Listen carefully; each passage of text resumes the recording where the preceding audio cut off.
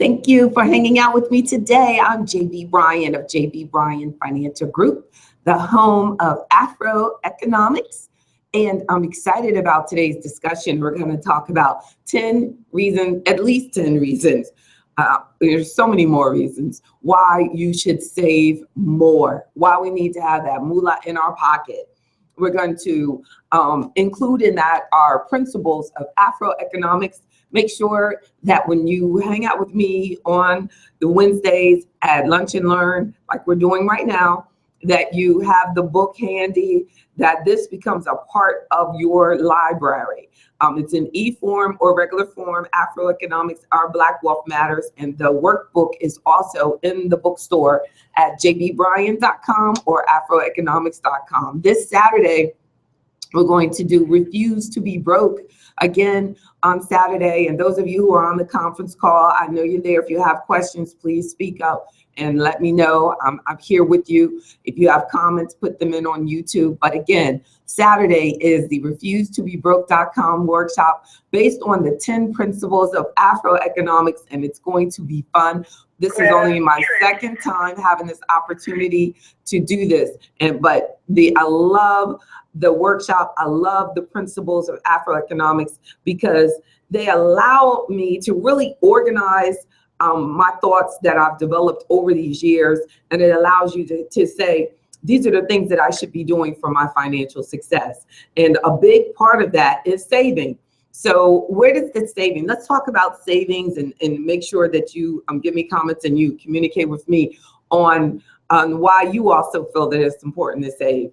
But I just, at least 10 reasons why we should save our money. And I can't help but share a personal story. This is a true story. Over the last three years, there's been a person that I know, and that he consistently, I'm a single woman, so that's cool. And he consistently texts and calls and everything.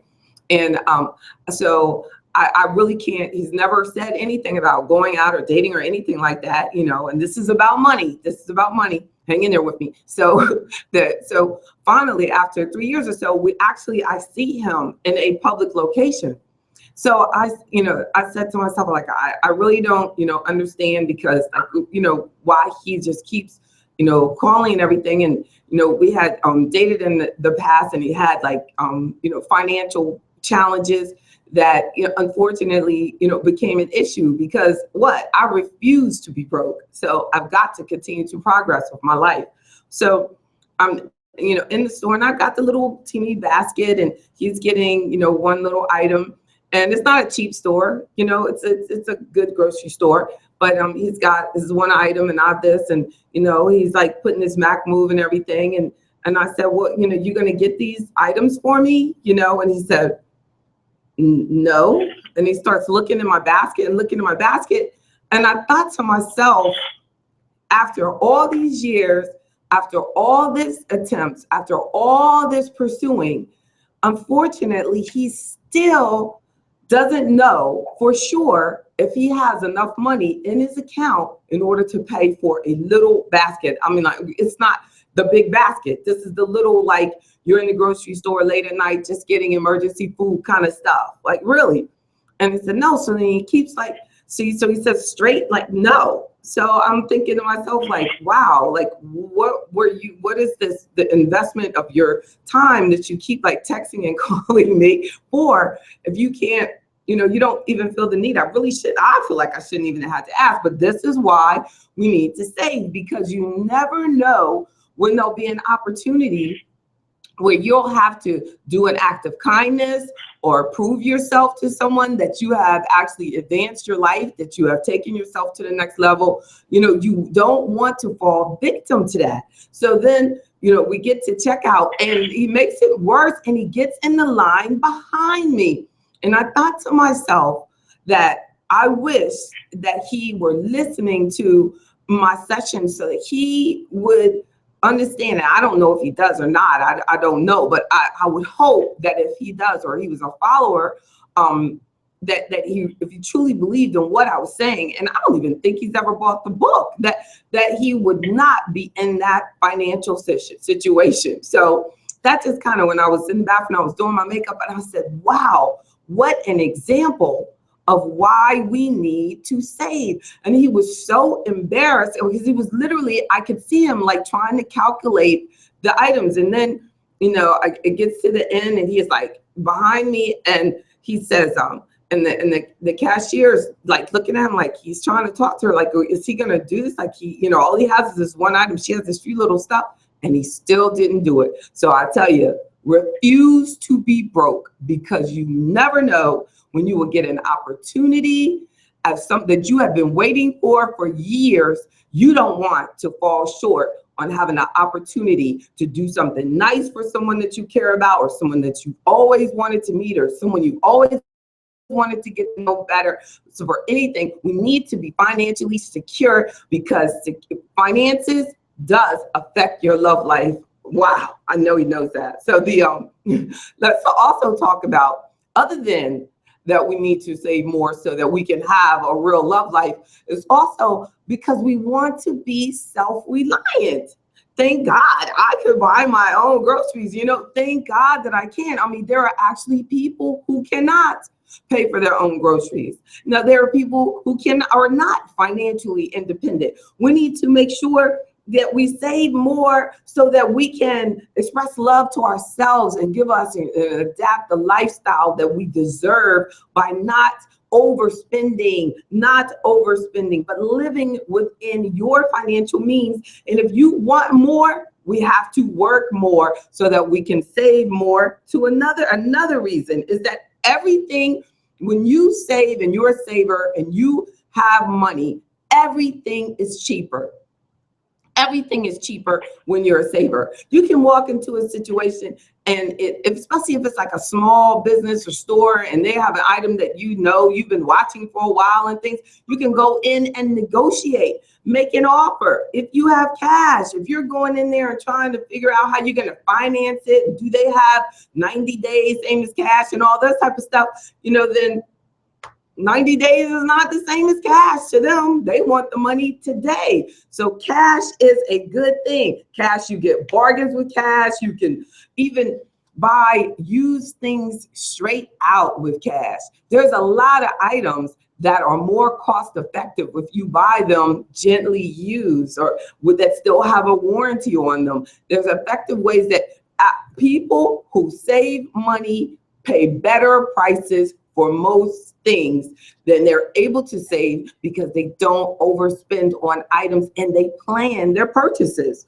So you get better. A third point is that you get better interest rates when you, especially on a mortgage, when you save. When you've saved up money and you've accumulated, a down payment, and it's, say that you've accumulated a down payment of 20% on a mortgage. Well, the lender sees that as you're a saver. You're of a lower risk to the bank, so the bank offers you a lower interest rate because there's lower risk involved. When you get into, I want to put the minimum amount of money down, and it's just $1,000 down, then you have all of these added on insurances that have to be paid, because your likelihood of foreclosure is much higher for a person who doesn't have a reasonable down payment for that large purchase.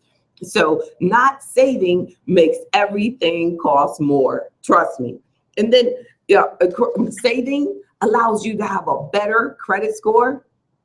And indeed it does, because if you have saving, then you're living within your means. If you have a credit card, you're paying it off after you use it. You're not accumulating unnecessary debts. So naturally, your credit score will be a little better, generally.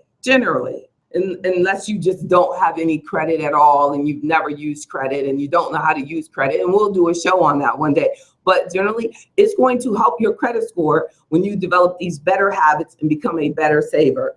And then also with the car purchase, just like a mortgage, when you have a good down payment, you're going to get a better interest rate. It's going to lower your payment. I encourage you to purchase your cars, save for your car purchases. A car purchase for most of us is not going to cost more than a home purchase. But there are some people who have a car loan that's bigger than the loan they have on their home. Wow. But a car purchase generally is something that you could save for if you begin saving for it early. But if you get into the habit where I always have to have a car payment, I always have to have a car loan, then you just accepted that. You put that into your mindset, and then that's where it will be. As I was saying in the initial example, that it doesn't matter how much time has passed, unless you change your habits, you'll still be at the same place many, many, many years later, unless we make some serious steps to change our financial habits. So we want to also pay down credit cards. When we save more, we're able to pay down on those credit cards. Credit cards, I love that. I love the thought of credit cards when a person says to me, "Hey, what should I do? Should I put this over here and invest it, or should I pay down my credit card debt?" Well, and generally, that credit card is at a high interest rate. So paying it down is giving you a guaranteed return on your money. Pay it down. And people say, well, if I pay it down, I might just fill it right back up again. Well, then, hey, you can't control that. That's just straight ignorance. If you pay it down, you have to you can't play games with your money. Don't play games with yourself. We have to accept the reality that we have to create our life. It is our habits, our decisions that's going to create the life that we have to live.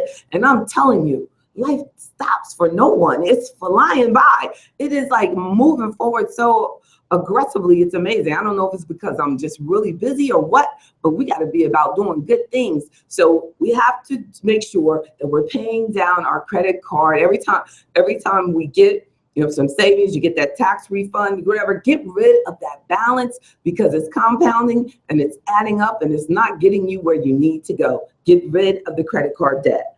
And then, you need to have savings for emergencies. Hey, say you see this girl that you've been liking for years and you want to buy groceries, right? No, it's an emergency. You got to have a savings for that. You gotta have a savings so that you can actually take care of real emergencies, like your car breaks down. Anything can happen. You have to have a savings so that you can take care of these incidents. A family member passes away and you need to buy a plane ticket. We need to have that. That's where credit card balances really come from. They should be from an emergency that you really couldn't afford. And because unfortunately, credit cards too often are used for things that you want. And then there's things that you really need to do. You've got your credit card maxed out because you used it on shoes and purse and I don't know, wheels and tires and things that you really didn't need right then. Now, if it was tires you really need, but I'm just saying, like, you wanted low profile versus the other ones that came with it and things like that. There's some things that we really should not waste our money on, not putting it on a credit card. No, we want to make sure that we're saving. If you have a whole bunch of savings and you want to do whatever you want to do, you want to put, $100,000 into, a vehicle, you can do that when you have your savings appropriately, but you don't want to be in a situation where you're doing these flamboyant things on high interest rate and accumulating high interest rate debts in order to do that, right? We want to focus on doing it properly. So we want to save more so that we can take care of emergencies. What about we need to have a savings for a job loss or a disability? Most people actually, if you look at the research, it says that the majority of people lose their home due to a disability, not really a job loss. Like we think of it, but if you're not sick or disabled, typically people can get another job. They can do what they have to do to catch their mortgage up and things. But if you become disabled, that's another issue. So, and then even if they have disability insurance, sometimes it doesn't click in until 90 days or 60-day wait. So you've got to have the savings so that it will cover you for that period before the insurance that you have comes in. So we need to have the savings available for unexpected job loss or a disability, some sort of accident. You have to have some savings to cover you through that gap until you get the other job, and you can. And another reason to save is to take care of holidays or special gifts or vacations. to not have to put vacations on credit cards. I remember also, wow, another love story. I was in a relationship and he wanted to go on vacation, and I was like, no, I don't think that we should go vacation on the credit card. And he wanted to go on a credit card. And wow, I'm telling you, like, my career just gets in the way of my love life, I tell you. But that I just didn't, it would stress me out to have to go on a vacation. This is many, many, many, many years ago. But I was already like that. But I've been in this business many, many years. And I believe that we have to walk like we talk. And being an entrepreneur is no joke. You take money and you finance a vacation, you might need that to finance the printing of your book or something, of which I didn't, thank God. I did not finance this. This was because of proper saving, living below my means, and making sure that you plan appropriately. It's quite an investment in order to make products, to produce your own items. That's taking our business to another level. And you have to believe that these type of things will pay for themselves, because you're always competing. Your subconscious mind is competing with, you could use that on this. You can use it on something else to escape, or you can use it on something that is still, I believe, making the world a better place. That, to me, every time I see your life get better and my life get better, and I believe the opportunity to just live as an example is a vacation to me. There is no place else I would rather be at this moment right now than right here talking to you. I promise you. And so it's not in my value system, but to a lot of people, a vacation is right up there with taking their first breath. They just love it. And often, even my girlfriends get irritated. They're like, girl, why don't you like to travel more? I will travel the world in order to take my message with me. But to just sit there, it would really get to me. So I guess. But everybody's got to live their life. But you got to have a lump sum for that. Do you. That's the bottom line. Do you, and it's not doing you when you're using a credit card in order to do it. Do you by you saving for you and getting what you want for you. So you want to have your savings for your vacations and for your gifts, and you don't want to have to pay for Christmas for the 12 months leading up to the next Christmas, and then now you've got that paid off, and then you're going on and going into debt again. No, don't do it. I refuse to do it. I refuse to be broke, right? And then a final point would be to save for peace, for your own personal peace and self-satisfaction. Whatever it is that you believe is going to give you peace, you deserve it. I believe that having a savings, having confidence creates a peaceful, happy, joy-filled life. That we should not allow ourselves to be a slave to the system. Now the word says that the love of money is the root of all evil, and I'm not encouraging you in any way to love money. What I'm encouraging you to do is understand that we need money in order to sustain ourselves. It says, the word also says that he who takes not care of his own is worse than an unbeliever. So we believe that we know that we have to take care of ourselves and take care of our responsibilities. That's the number one thing. And then don't create that lifestyle from the things in the world that have been created to allow you to just get out this debt and then you create this look, but to actually walk like you talk, be that which you represent. Live within the means in which you're willing to work to create. And you deserve that. And you'll never have guilt, and you'll have a peaceful life because you're living within your means that you have put out the effort to create. It says that to whom much is given, much is required. And I'm willing to pay the price too. On April 23rd, this Saturday, I'm doing the refusetobebroke.com. The next workshop, it's from 10 to 2, and lunch, workbooks, and the book are all included. Register at AfroEconomics.com or refusetobebroke.com or jbbryan.com or call me at 1-844-JB-Bryan if you have any questions, and we'd be happy to get you registered and help you find your way. This one is in Richmond. I'll be happy to come to your location, get your group together, and let's make it happen. The app, download the AfroEconomics app so that you can watch me right on your smartphone and get your updates on all the things that are coming out. And don't forget to check out AfroEconomics membership. We're going to start immediately at the top of May. We're going to have daily conference calls, but only for members. So you have to join in order to do the daily conference calls in the morning to get your day started with a powerful money mindset. Have a great day. Thank you for sharing moments of your day with me. And I'm JB Bryan, President and Chief Investment Officer at JB Bryan Financial Group, a registered investment advisory firm and the home of AfroEconomics. God bless you.